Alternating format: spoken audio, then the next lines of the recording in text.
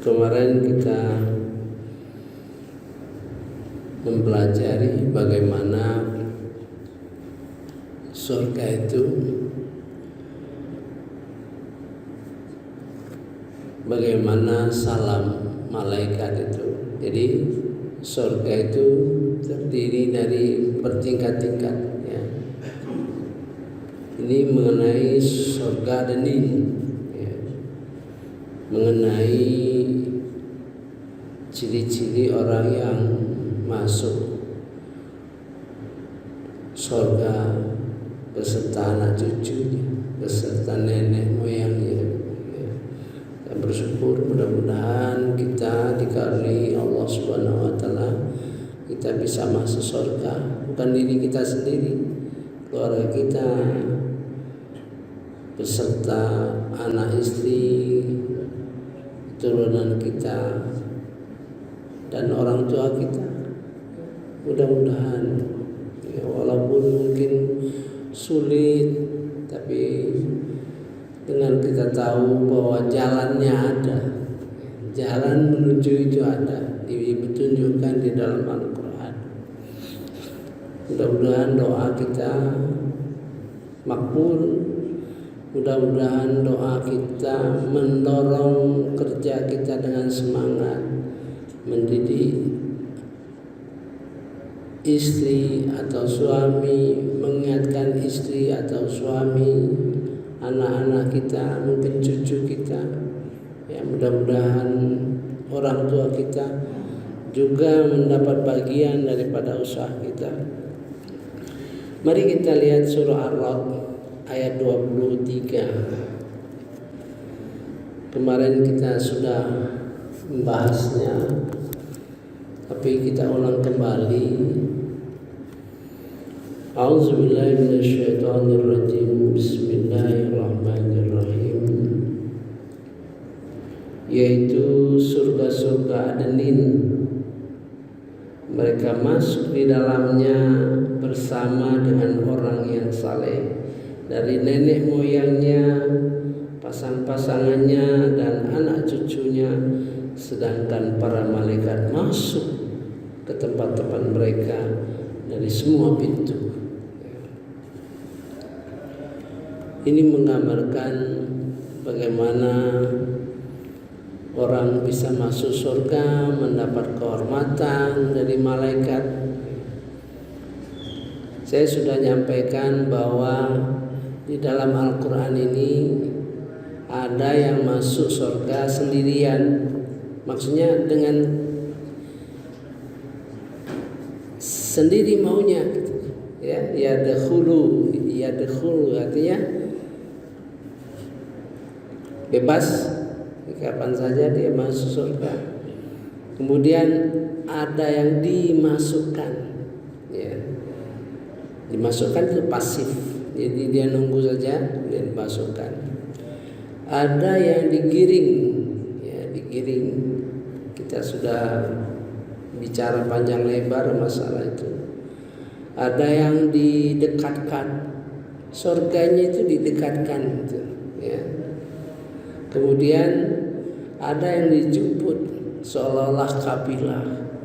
Ya, mudah-mudahan biasanya 7, ketemu dalam Al-Quran ini biasanya 7, ya.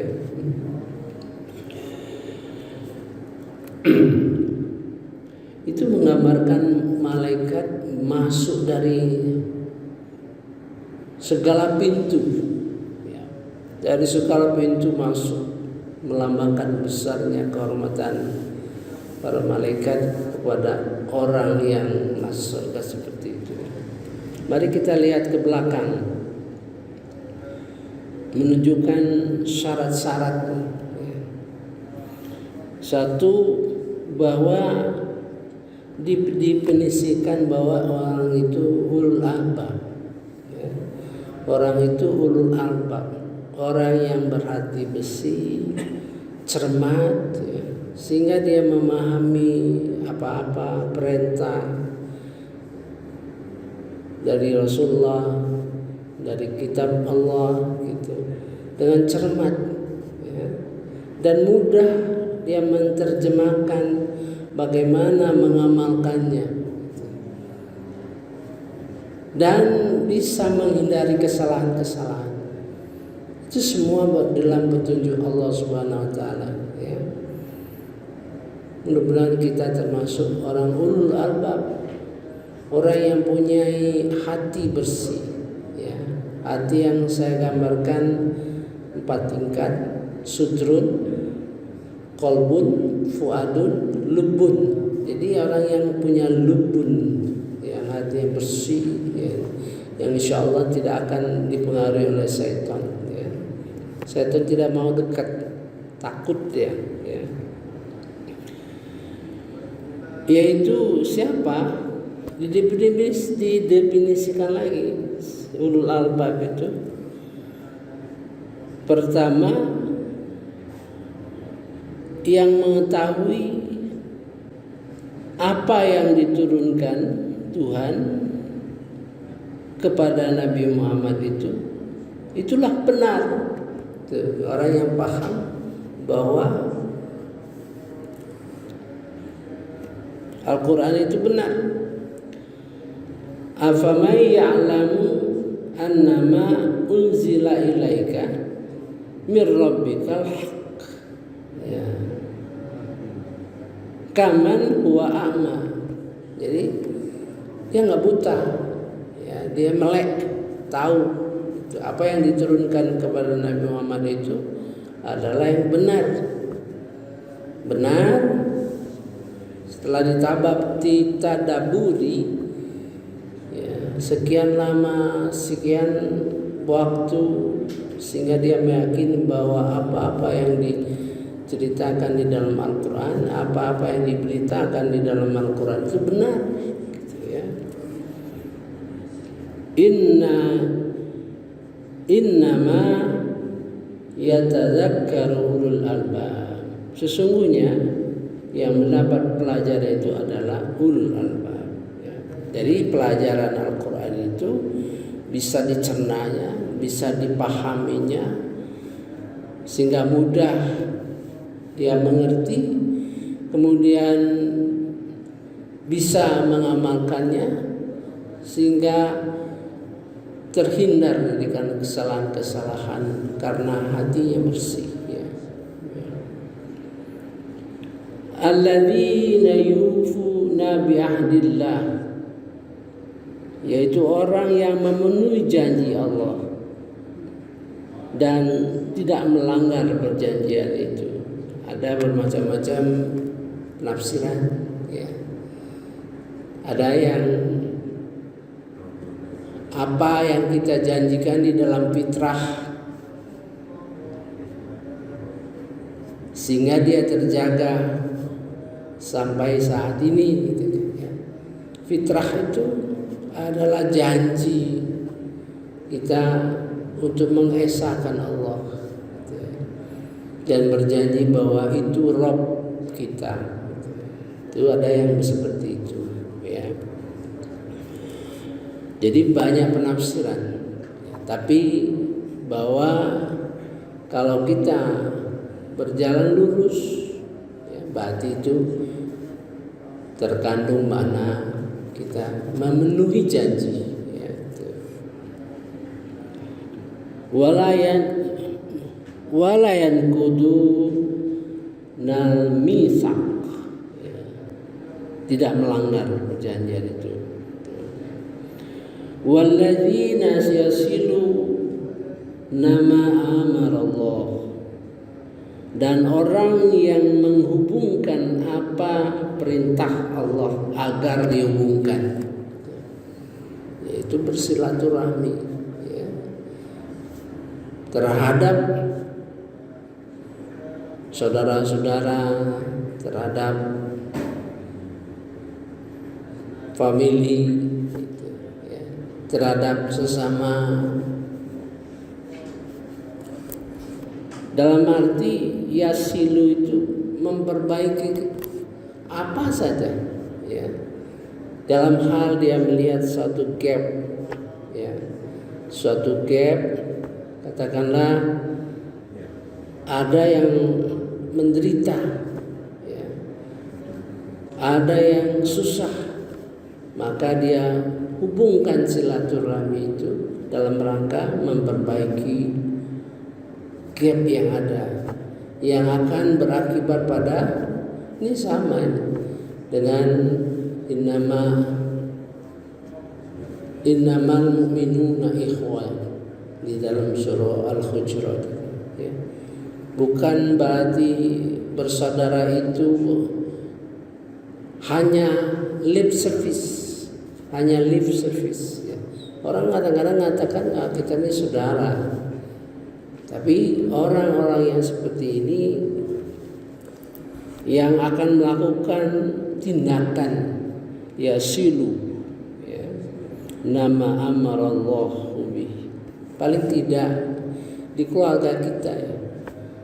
Keluarga kita kadang-kadang baik sama kakak dan adik, biasa itu, tapi kurang terhadap ipar, saudara dari pihak istri atau suami.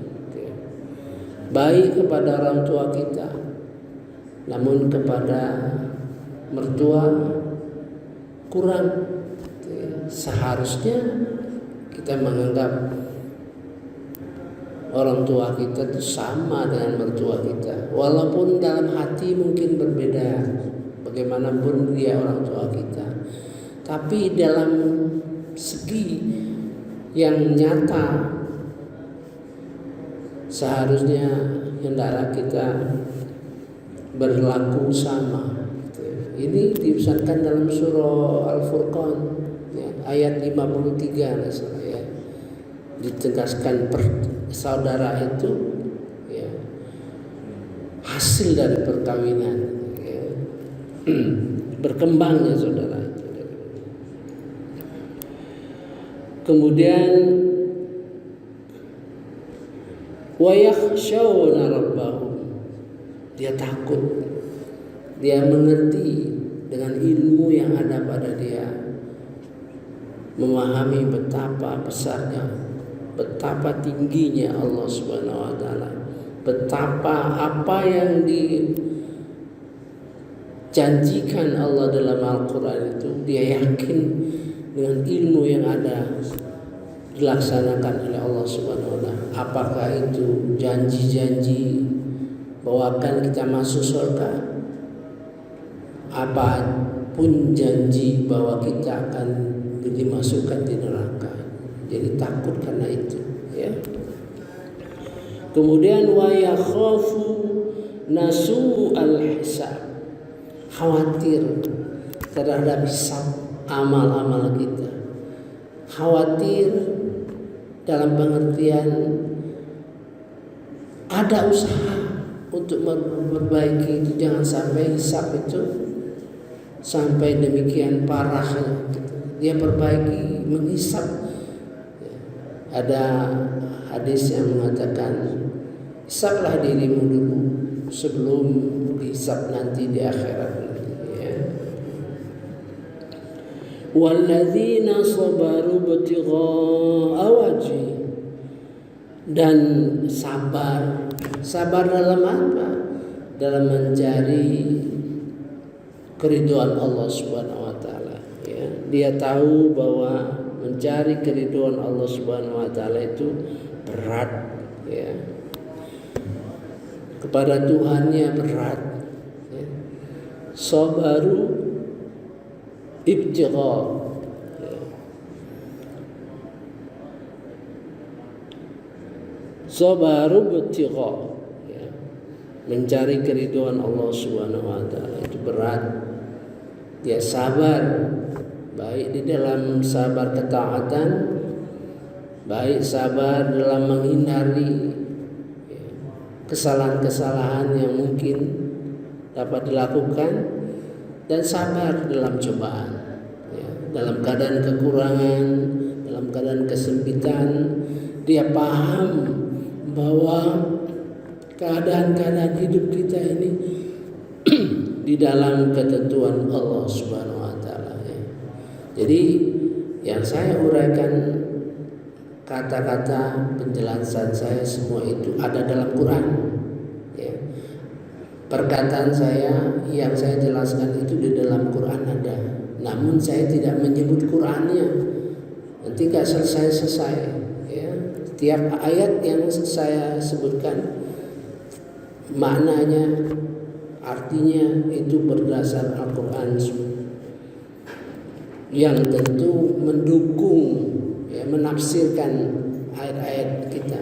Kan ada tafsir Al-Quran itu ayat by ayat, ayat dengan ayat, gitu, ya.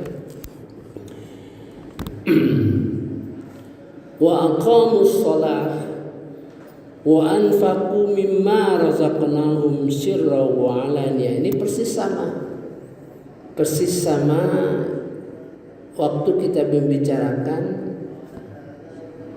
baca Quran yang dilakukan oleh Nabi Muhammad SAW dalam ayat surah Al-Ankabut ayat 46, ya. Wa aqamas shalah, artinya orang ini sudah biasa, sudah mendirikan salat. Salat dalam pengertian dia mungkin sudah mencapai tingkat-tingkat yang sudah bagus, ya. Ada tingkat yang bagus. An salatihim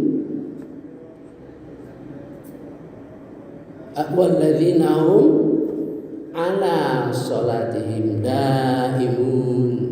Sudah konsisten, sudah acak, ya, memperbaiki segala sesuatu, ya.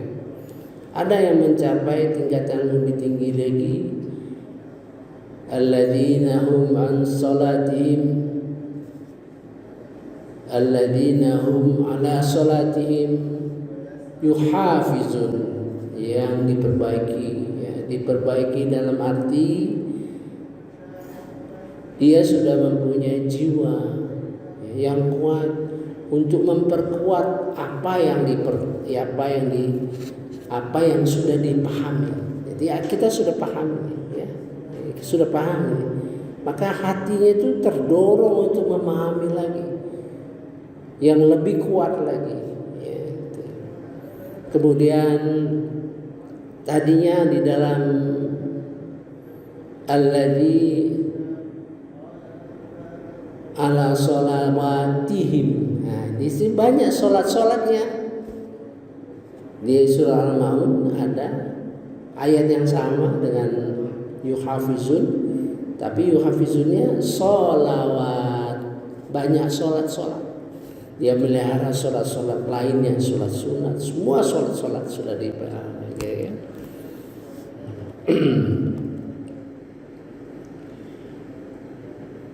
Wa anfaqu mimma razaqnahum sirra wa alaniyah, yang sudah berinfak, ya, dalam rahasia ataupun tidak. Artinya infaknya itu sudah nggak mikir lagi. Yang penting, ya, dilakukan, apa terbuka, apa tertutup, bagi dia tidak ada lagi pengaruhnya terhadap apa-apa yang dilakukan itu. Apakah riya, apakah tidak riya, apakah ikhlas, itu nggak ada pengaruhnya. Biar dibukakan dia perlu bicara terang-terangan atau dia sembunyi-sembunyi, nggak ada pengaruh lagi, ya. Wa anfaqu mimma razaqnahum sirra wa alaniyah, ya. Kemudian sebentar. Jadi infak itu sudah saya bicarakan ada 7 tingkat juga, ya. Dari ayat-ayat yang kita pahami itu sudah mencapai 7 tingkat, sampai dengan kesadaran yang paling tinggi bahwa infak itu dilakukan juga oleh orang-orang kafir yang memusuhi Islam. Nah, infak itu dalam rangka mengcounter apa-apa yang dilakukan oleh orang-orang kafir. Wa yadra'una bil hasanatis sayyi'at. Kemudian dia menolak perbuatan jahat, ya, dengan dibalas dengan kebaikan. Kalau seandainya orangnya mau benci sama dia, atau mengomongi dia, atau mau menyingkirkan dia, ya, bagi dia harus dibalas dengan kebajikan. Ya. Artinya dia paham bahwa itu bukan perbuatan orang bersangkutan. Orang yang melakukan kejahatan itu bukan orang itu sebenarnya. Sebenarnya dia dipengaruhi oleh setan. Sehingga mungkin dia doakan semoga orang yang berlaku jahat kepada dia itu mohon dibantu oleh Allah Subhanahu wa taala sehingga orang itu terbebas dari pengaruh setan. Ya. Ulaika lahum uqbad dar. Mereka itulah yang mendapat kesudahan yang baik di akhirat, dapat tempat di akhirat. Jannatun adnin yadkhulu wa man salaha min abaihim wa azwajihim wa dzurriyyatihim wal malaikatu yadkhuluna alaihim min kulli bab. Dan malaikat berkata, salamun alaikum bima sabartum fa ni'mal uqbad dar. Salam dari malaikat, ya. Salamun alaikum bima sabartum fa ni'ma uqbad dar. Jadi kalau salam malaikat itu tidak sama dengan kita, ya. Kalau kita ke assalamualaikum, ya, dalam arti mendoakan semoga Anda selamat di dunia dan akhirat. Kemudian kita balas lagi waalaikumsalam, ya. Yang saya pahami menurut ayat Al-Quran itu terkandung makna, ya, terkandung makna. Maka begitu saya mengucapkan salam kepada bapak-bapak, ibu-ibu sekalian, mudah-mudahan selamat di dunia dan akhirat. Dalam hati saya menerjemahkan ayat Quran itu, satu, semoga bapak-bapak ibu-ibu semakin cinta, semakin dekat dengan Al-Quran. Kedua, mudah-mudahan bapak ibu sekalian mendapat berkah dari Allah, dapat rahmat daripada Allah Subhanahu wa taala.